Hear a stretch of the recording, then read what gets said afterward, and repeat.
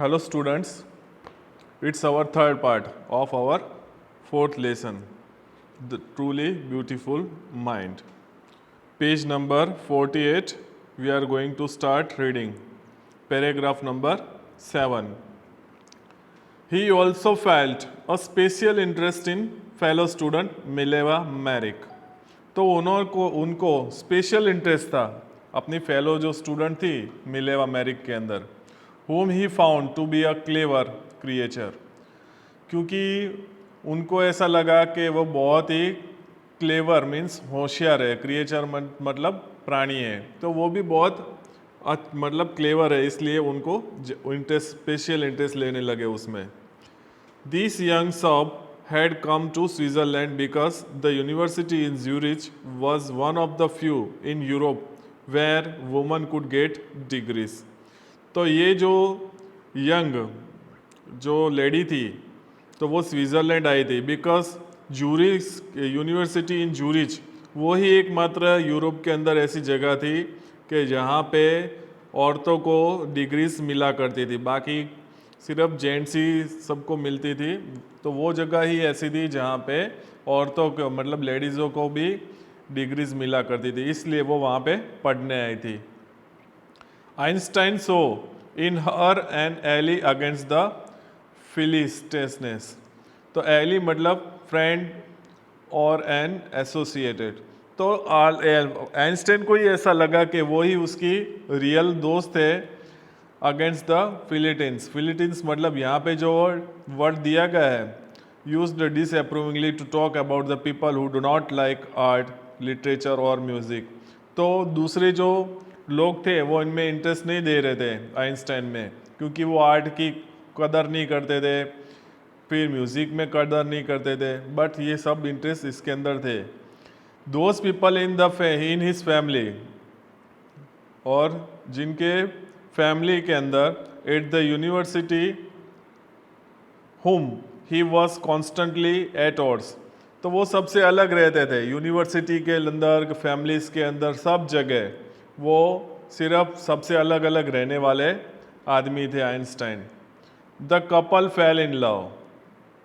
फिर दोनों प्यार में पड़ते हैं. लेटर सर्वाइव्स, उसके बाद in which they put their affection into words. फिर वो लेटरों में जो शब्द यूज़ करते थे, मिक्सिंग साइंस विथ टेंडरनेस, तो उस वर्ड्स के अंदर वो साइंस मिक्स कर करके लिखा करते थे.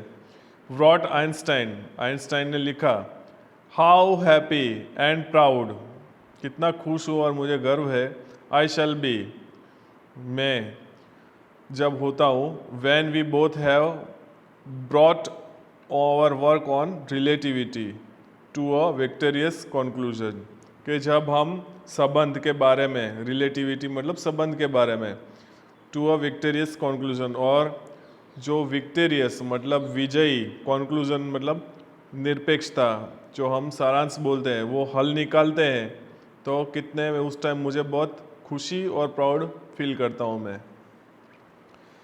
Paragraph number 8. In 1900 at the age of 21, तो 21 साल की उम्र में Albert Einstein was a university graduate. तो वो यूनिवर्सिटी ग्रेजुएट बन गए थे. एंड अनएम्प्लॉयड, अनएम्प्लॉयड मतलब उनको कोई नौकरी या काम धंधा नहीं करते थे. He worked as a teaching assistant, फिर उन्होंने टीचिंग असिस्टेंट के रूप में काम किया. Gave private lessons and finally secured a job in 1902. फिर उन्होंने प्राइवेट लेसन दे के प्राइवेट जॉब की, फिर उन्होंने फाइनली उनको जॉब मिल गई थी 1902 में एज ए टेक्निकल एक्सपर्ट के रूप में in the patent office in Bonn. Patent मतलब document which gives the rights of an invention to an inventor. तो उस तरह की जो ऑफिस थी, तो राइट्स, इन्वेंशन का राइट मिल गया था, जो दे सकते थे इस ऑफिस में उसको काम करने का फाइनली चांस मिल गया. While he was suppose to be assessing other people's invention. तो जब भी दूसरे पीपल जो लोग थे वो इन्वेंशंस करते थे, उनको देखता, Einstein was actually developing his own ideas in secret. तो उन सब की बातें सुनकर आइंस्टाइन को अपने जो मगज के डेवलप में वो आइडियाज लेकर उसको डेवलप करने की कोशिश करता था secretly. He is said to have jokingly called his desk drawer at work the Bureau of Theoretical Physics। तो वो अपने थियोरिकल ऑफ फिजिक्स के अंदर जो ड्रॉअर में पेपर डाल देते थे कोई, तो उसको जॉकिंगली ले लेता था, वो जॉक बोलते थे कि ये तो जॉक है।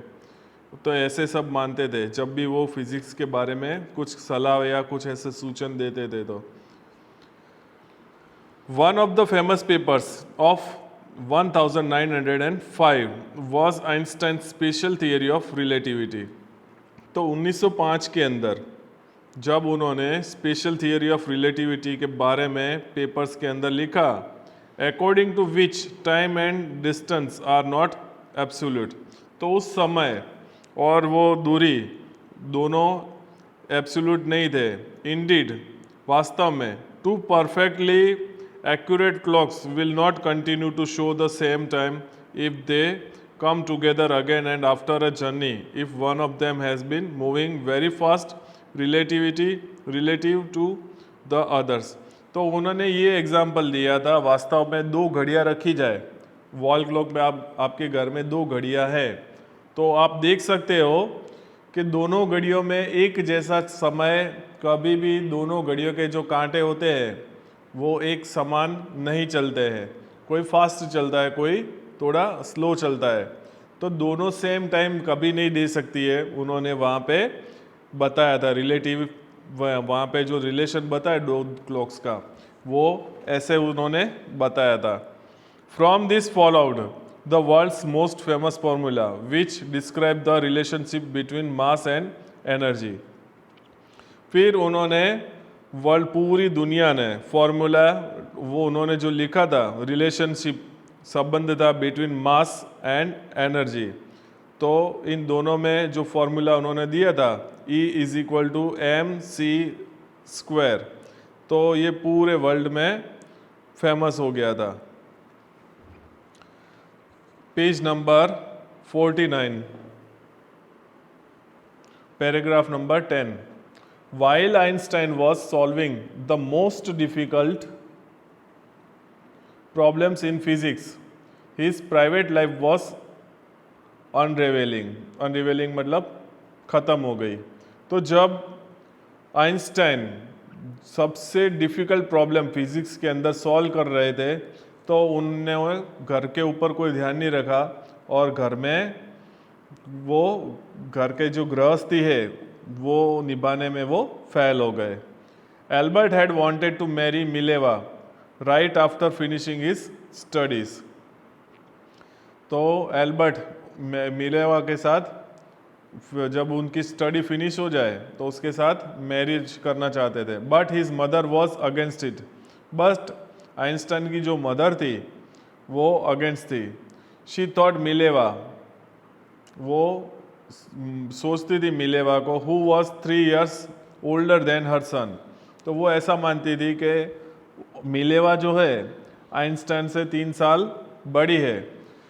Was too old for him, और वो बहुत ही उनके लिए ओल्ड है, 3 साल लड़के से बड़ी थी, इसलिए वो बहुत बड़ी है, ऐसा वो उनकी मदर मानती थी, इसलिए वो उनकी शादी के खिलाफ थी।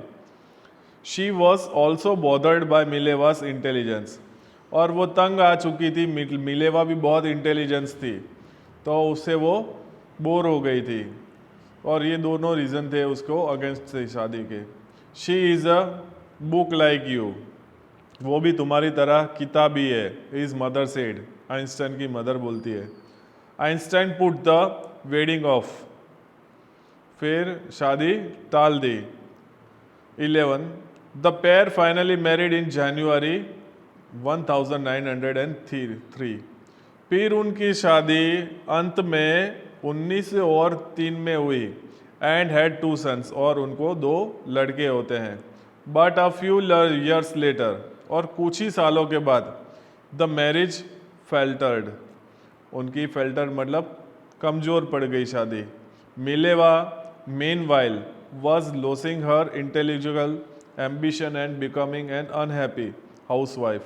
तो मिलेवा से शादी के बाद ऐसा लग रहा था कि वो इतनी इंटेलिजेंट है और उसकी जो एम्बिशन है वो पूरी नहीं होगी और वो नाखुश लग नहीं रही थी घर का काम करके. After years of constant fighting, बार बार झगड़े के कारण सालों के, the couple final divorce in 1919 और अंत में वो दोनों डिवोर्स तलाक ले लेते हैं 1919 के अंदर. Einstein married his cousin Elsa the same year और उसी साल आइंस्टाइन ने अपनी जो कजिन थी उसके साथ, एल्सा उसका नाम था, उसी साल को शादी कर दी. 1919 में ही शादी कर ली. Paragraph number 12. Einstein's new portal personal chapter coincided with his rise to world fame in 1915. तो आइंस्टाइन ने जो पर्सनल चैप्टर बताया था तो पूरे वर्ल्ड में उनकी कीर्ति को बढ़ा दिया था. इन 1915 में he had published his general theory of relativity. तो उन्होंने पब्लिश किया था पेपर के अंदर जनरल थियरी रिलेटिविटी की according, which provided a new interpretation of gravity. तो वो वहाँ पे उनको ग्रेविटी को इंटरप्रेशन प्रोवाइड किया था. An eclipse of the sun in 1919 brought proof that it was accurate. और जब 1919 में सोलर सन एक्लिप्स मतलब जो प्रूफ हुआ था सूर्य ग्रहण, जो इन्होंने थियरी लिखी थी बिल्कुल एक्यूरेट थी, उसमें कोई चेंज नहीं था. Einstein had correctly calculated in advance the extent to which the light from fixed stars would be deflected through the sun's gravitation field. तो आइंस्टाइन ने ये एडवांस में ही बता दिया था कि सन में से जो दूसरे ग्रह जो होते हैं वो कितनी लाइट वहाँ से छोड़ेंगे और कितनी रोशनी होगी और कितना ग्रेविटेशन फील्ड था, वो सब उन्होंने पहले से ही बता दिया था. The newspaper proclaimed his work as a scientific revolution. फिर उस न्यूज़ में वो बता गया कि उनका जो काम था साइंटिफिक, वहाँ से उनकी क्रांति हुई. 13. Einstein received the Nobel prize for physics in 1921.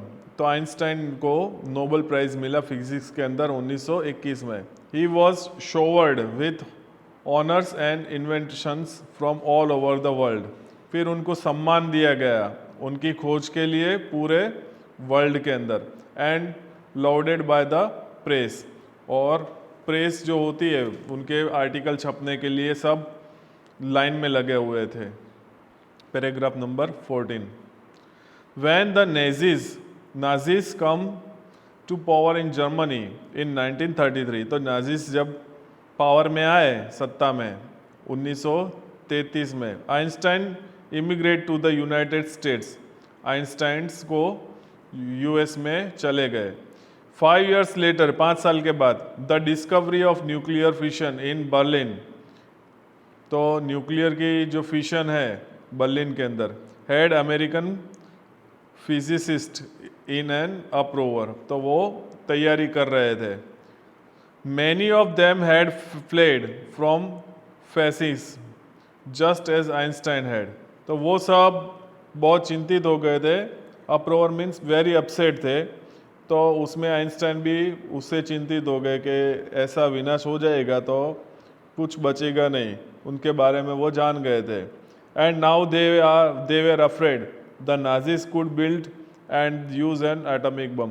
तो उनको ये बात मालूम हो गई कि अब नाजीज जो है तो ये न्यूक्लियर बम, एटॉमिक जो बम बनाए उन्होंने, उसका यूज़ करेंगे. और उससे वो उस बात से डरने लगे कि कभी भी वो हमला कर सकते हैं. At the urging of a colleague. तो कलीग ने उसको, आइंस्टाइन ने अपने जो कलीग थे उसके साथ ही मित्र जो पढ़ते थे उनको, उसके साथ में काम कर रहे थे, उनको बहुत विनती की. Einstein brought a letter to the American president Franklin D Roosevelt. तो जो वहाँ के प्रेसिडेंट थे फ्रैंकलिन डी रोजवेल्ट को उन्होंने लेटर लिखा. ऑन 2 अगस्त 1939, 2 अगस्त 1939 में उनको लेटर लिखा, in which he want a single bomb of this type. उन्होंने ये बताया कि इस तरह का जो एक भी bomb exploding in the pot, अगर पॉट के अंदर फूटा, might very well destroy the whole pot together with some of the surrounding territory. तो वो उसके आसपास में जितना भी है वो सब पॉट और उसके अलावा भी बहुत सारा आसपास की जगह है वहाँ पे ये नुकसान कर सकता है सिर्फ एक bomb. His word did not fail to have an effect। तो उनके जो वर्ड्स थे कोई इफेक्ट नहीं पैदा कर सकते, ऐसा नहीं था। The American developed the atomic bomb in a secret project of their own. फिर अमेरिका ने भी क्या कर दिया, एटॉमिक बॉम्ब बनाना सीक्रेटली, किसी को मालूम नहीं पड़े, इस तरह से वो बनाना शुरू कर दिया। And dropped in on the Japanese cities of Hiroshima and Nagasaki in August 1945। और हिरोशिमा और नागासाकी जो जापानी सिटीज़ थी वहाँ पे उन्होंने 1945 के अंदर छोड़ दिए थे फोड़ने के लिए। 16 Einstein was deeply shaken by the extent of the destruction. तो उनको बहुत गहरा सदमा लगा जो ये डिस्ट्रक्शन विनाश हुआ उसके कारण।